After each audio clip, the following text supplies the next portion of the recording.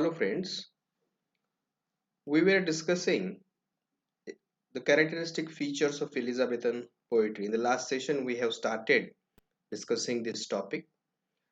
Before that, before starting the characteristic features of Elizabethan poetry, we have also learned in 2-3 elaborative sessions about the characteristic features of Elizabethan period in general.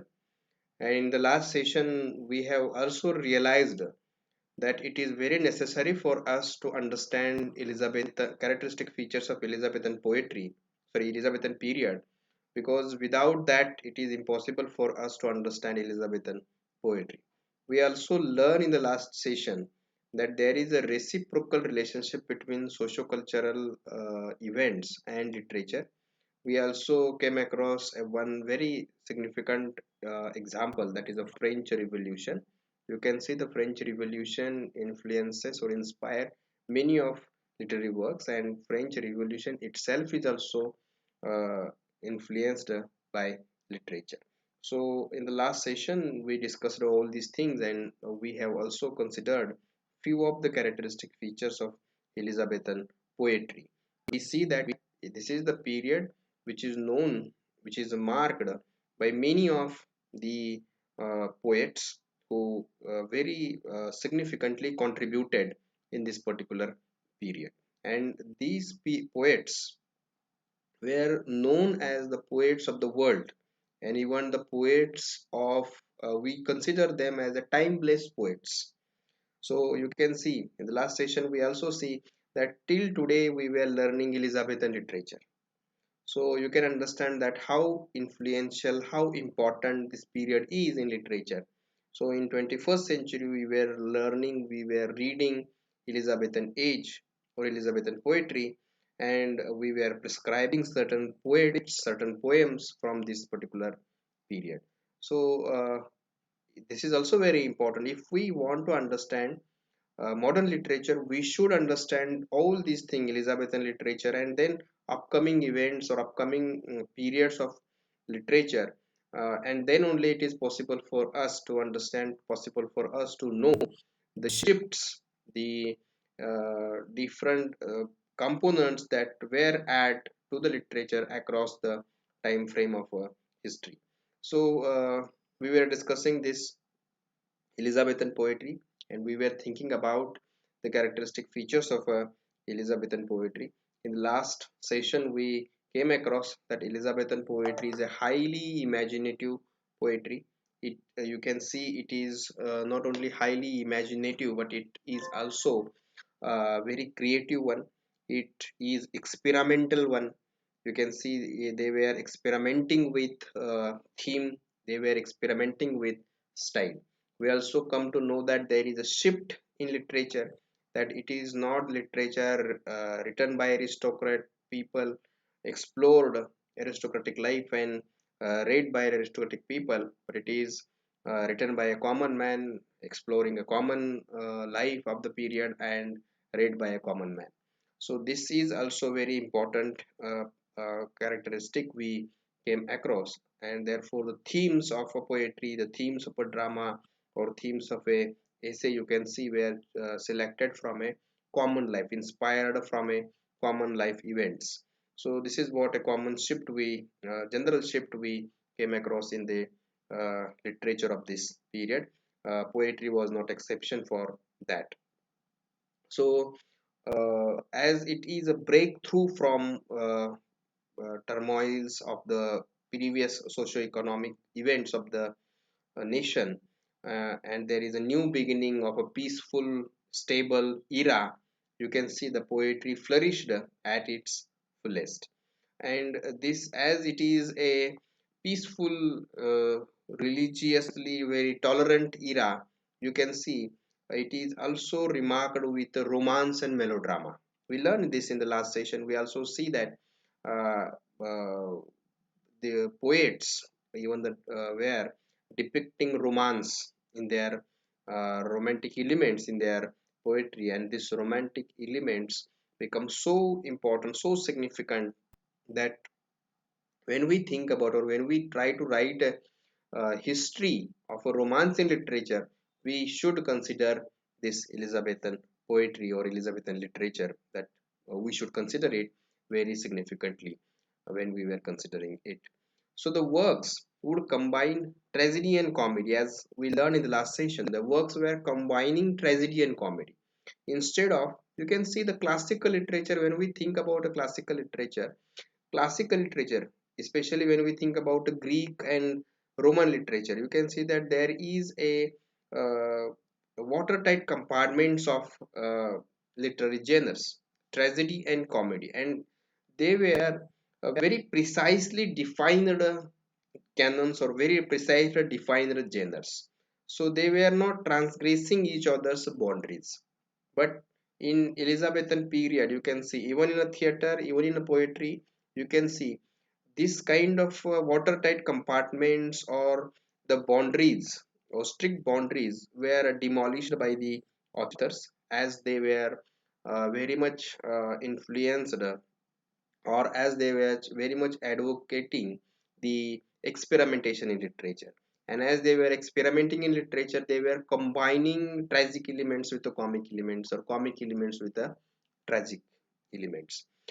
This shift occurs in this particular period. There is one more social thing that we should understand why this kind of shift came across. Because see, tragedy and comedy, instead of thinking about these two things very strictly, tragedy and comedy, you can see, uh, when we think about tragedy and comedy, it is a very serious kind of source of entertainment, and it is only meant for an aristocratic people. But when the audience from common public start uh, appearing into the globe theater or start reading a poetry in Elizabethan period, they demanded such a kind of thing. So as they combine tragedy and comedy, you can see its entertainment value becomes higher than the only tragedy or only comedy. So this is what you can see. We, in the last session, we also see that Edmund Spenser's poetry is also one of the very important significance or important evidence of such kind of a play. Then poetry in this age also featured imagination and intense emotions. Imagination, flights of imagination, and intense emotions were depicted in the poetry. Both these things were when we were learning sonnets that were prescribed to us in the upcoming sessions. You can see that there are the highly imaginative world they have created, imagination they have created, and this imagination is so influential, or is so vivid in color and in vivid in emotions, that becomes so significant, or that becomes so classic, that it converted into timeless literature. So this is a period remarked or featured as imagination and intense emotions, and both these things are very important in poetry. You can understand the poetry from these two particular points, that this poetry is a highly imaginative, and this poetry depicts intense emotions of the people. See, this is again a shift. As I am telling you, this is a shift. This is the period of transformation. We were moving towards the modern age, of course. Yes, this is the first step. We were moving towards the modern age. In the initial period, when we were thinking about the history of Europe, we divided European history into three parts only, categorized only three parts.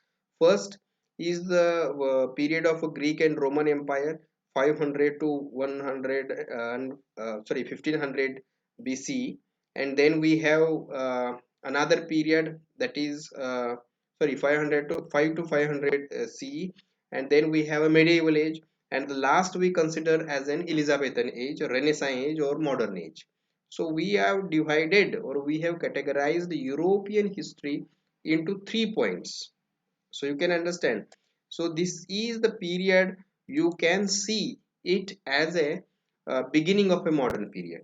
So there is a major shift in many things. There is a many shift in many things. In classical literature or in the literature produced by aristocratic people, you can see that they focuses, instead of emotions, they focuses on a thought.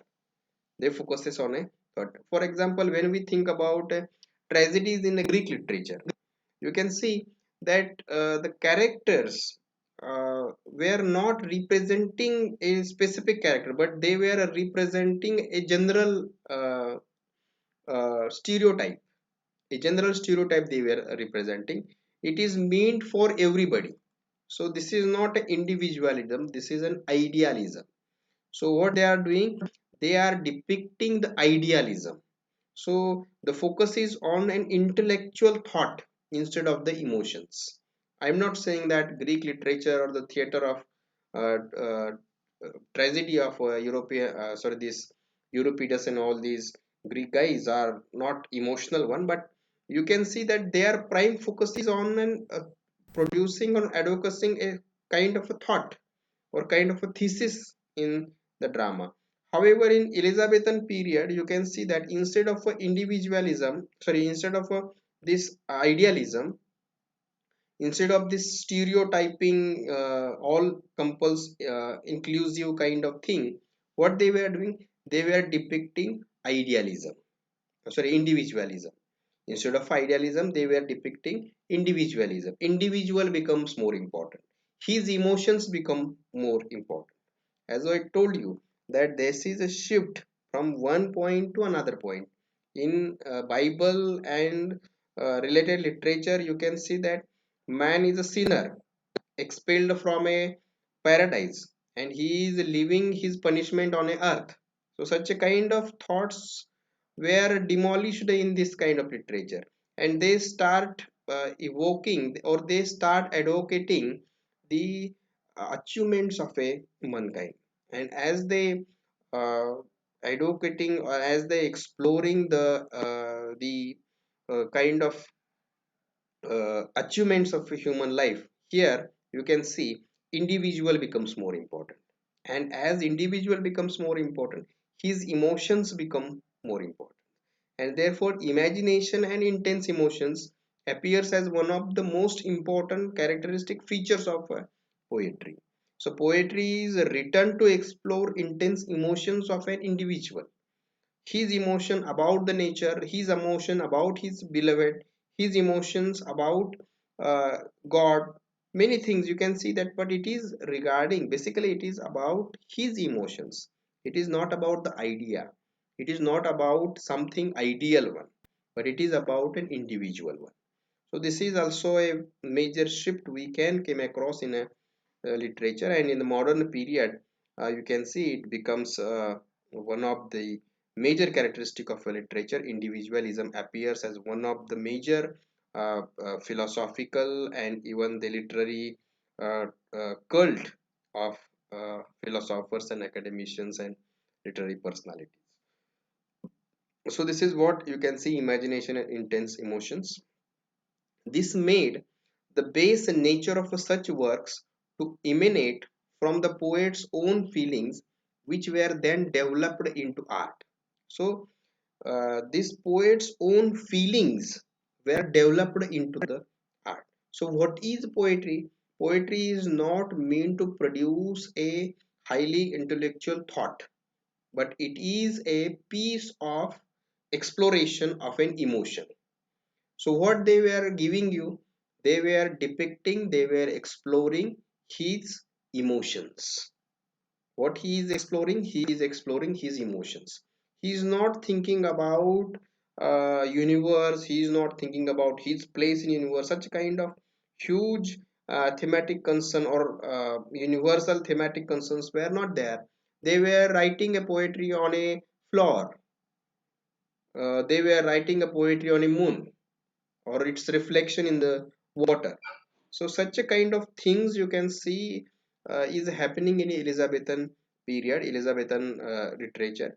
They were not going for the idealism, they were not going towards the thematic concerns that appeal to the universe, but they were depicting the intense emotions of an individual, and that can appeal to an individual. So this is what a major shift we came across in this particular period, and therefore this made the base nature of such works to emanate from the poet's own feelings, which were then developed into art. So what is poetry? Poetry is a poet's own feelings. It is not intellectual piece of art, and therefore, as it is the poet is exploring his own feelings. He is not even considering the meters and all other things, metaphors and all the things. It is metaphors and similes. We can see it is Elizabethan poetry is enriched with all these things, but they were not using meters that were used in Greek literature, Roman literature, or classical literature.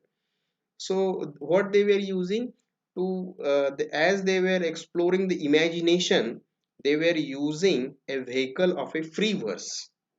So the free verse is also uh, one of the most important addition to the genre of poetry in Elizabethan literature. It Free verse become very famous in this particular period, as the people, common public of England, they learn how to write, how to read, and they start reading and they start writing literature instead of following the Greek and Roman masters of ancient period. What they do, they start following their own emotions, and as they were following their own emotions, they start exploring, depicting in a free verse, which is a very simple one, which goes with the verse that goes with the emotions.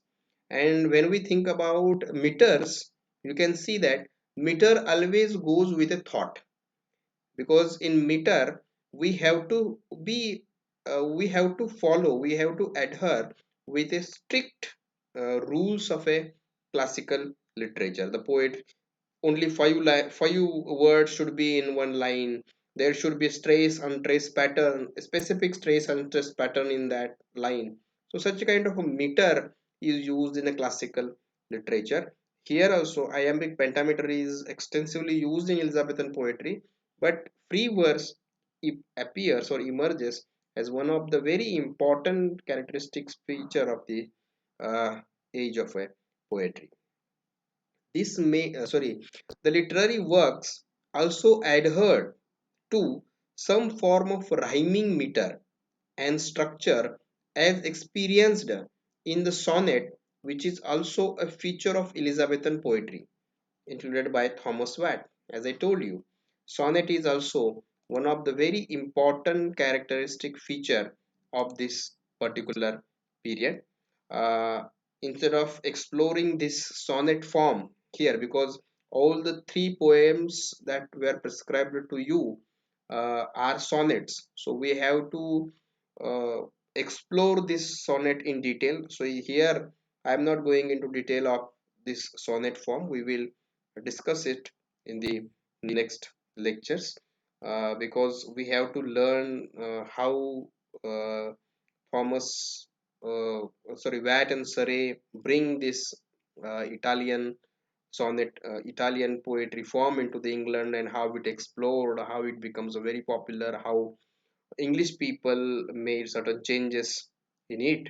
So we will learn all these things in the upcoming sessions. So the sonnet form is very important. Then lyric and narrative poetry were also very common in this particular period. Lyric and narrative poetry, that you can see poetry that narrates a story. You can see, instead of a thought, when we think about the emotions, and when we want to explore emotions, we generally explore it in a story. So in this particular period, as emotions are predominant, you can see the lyric, and lyric is a small kind of a poetry that gives you a platform to explore your immediate emotions. So that is lyrical poetry. And narrative poetry, that narrates the story through a poetry. So narrative poetry and lyrical poetry were also very common in this particular period. Poetry also and verse plays a very major written in blank verse. As I told you, free verse or blank verse is written in this particular period instead of following the Greek and Roman masters, these poets start exploring in uh, uh, a free or blank verse. Then the spirit of Renaissance and conquered England had conquered England in this particular period, and as this spirit of Renaissance conquered England, you can see it influences the creativity of England. They start using classical text in it.